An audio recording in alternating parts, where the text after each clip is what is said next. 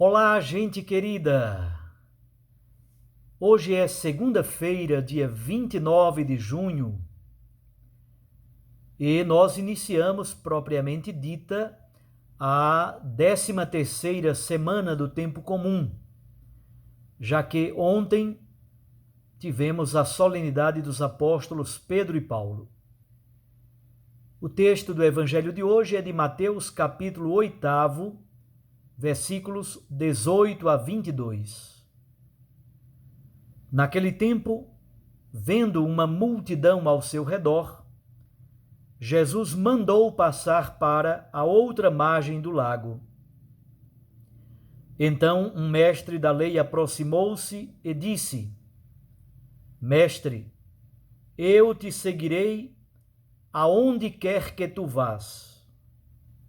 Jesus lhe respondeu: As raposas têm suas tocas, e as aves dos céus têm os seus ninhos, mas o Filho do Homem não tem onde reclinar a cabeça. Um outro dos discípulos disse a Jesus: Senhor, permite-me que primeiro eu vá sepultar o meu pai. Mas Jesus lhe respondeu: Segue-me e deixa que os mortos sepultem os seus mortos. Palavra da salvação. Glória a vós, Senhor.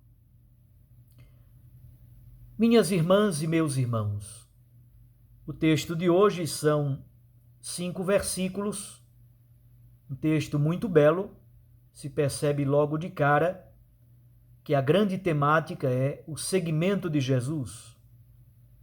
O verbo seguir é repetido 2 vezes.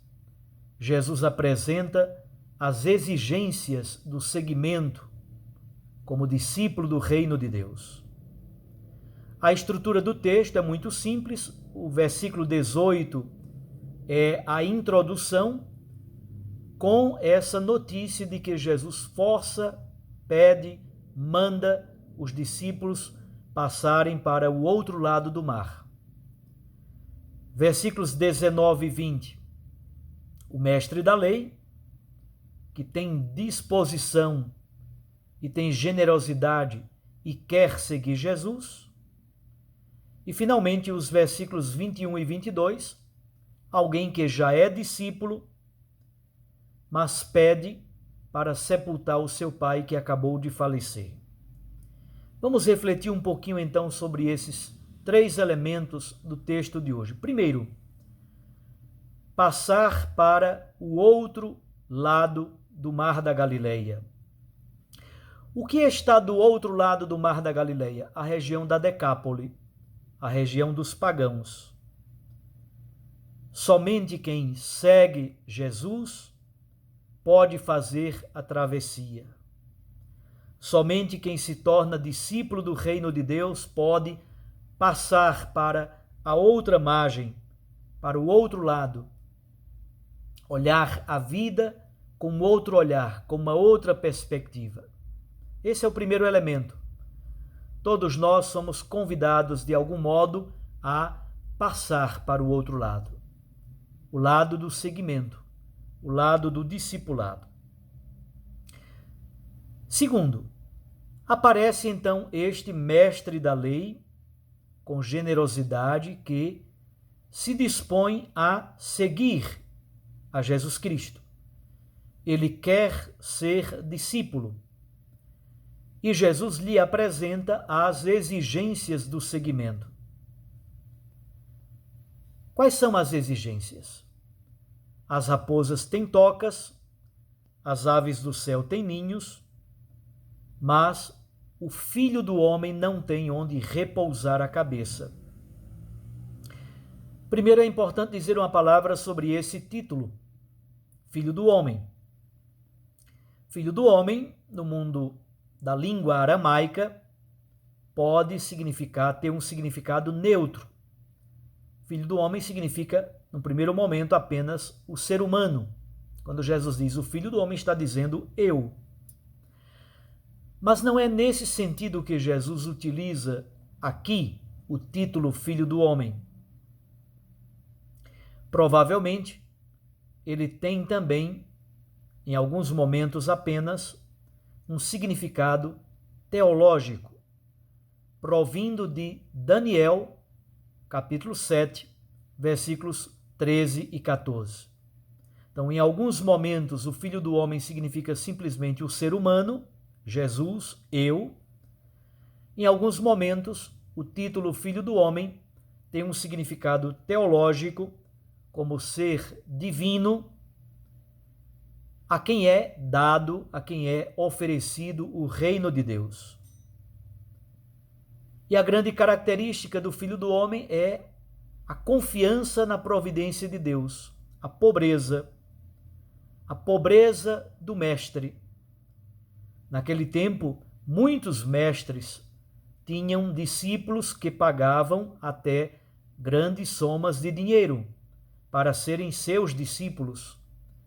Jesus, portanto, é um mestre que não pede nada em troca, que não pede recompensa, que não pede dinheiro. Ele não tem nem onde reclinar a cabeça. Portanto, a característica da pobreza, do despreendimento, é uma característica fundamental de Jesus como mestre, juntamente com os seus discípulos. Finalmente, os versículos 21 e 22 aparece um outro que já é discípulo de Jesus. E ele faz um pedido ao Senhor: permita-me primeiro enterrar o meu pai. Ora, claro que é um pedido absolutamente justificável. Se nós olharmos na Sagrada Escritura, basta tomar, por exemplo, o livro de Tobias, capítulo 4, versículos 3 e 4. Sepultar os mortos é uma grande obra de misericórdia. Sobretudo, sepultar os pais é obrigação sagrada e piedosa para um judeu. Como é que Jesus tem a coragem de dizer: deixa que os mortos sepultem os seus mortos? Quem são estes mortos? Para Jesus, os mortos, utilizado no primeiro sentido, são aqueles que ainda não são discípulos do reino de Deus. Os mortos são aqueles que confiam sua vida a um horizonte absolutamente mortal. Isto é, ainda não aderiram a Jesus como Deus e Senhor, como mestre de suas existências.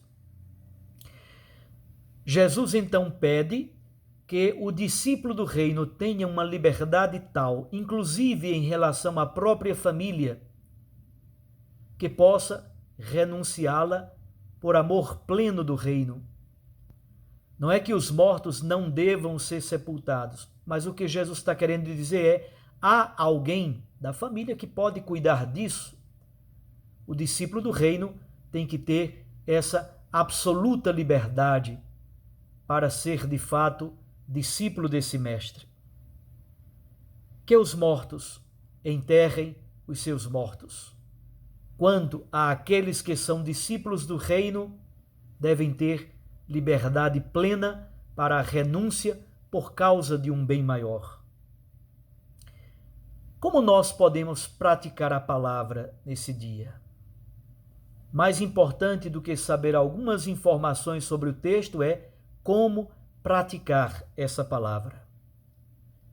Primeiro, o texto trata das exigências do seguimento. Eu gosto sempre de dizer: o discípulo de Jesus precisa trocar o bom pelo ótimo. A família é uma coisa boa. Ter uma casa é uma coisa boa. Trocar o bom pelo ótimo, aqui está a grande dificuldade. É por isso que, primeiro, é preciso passar para a outra margem.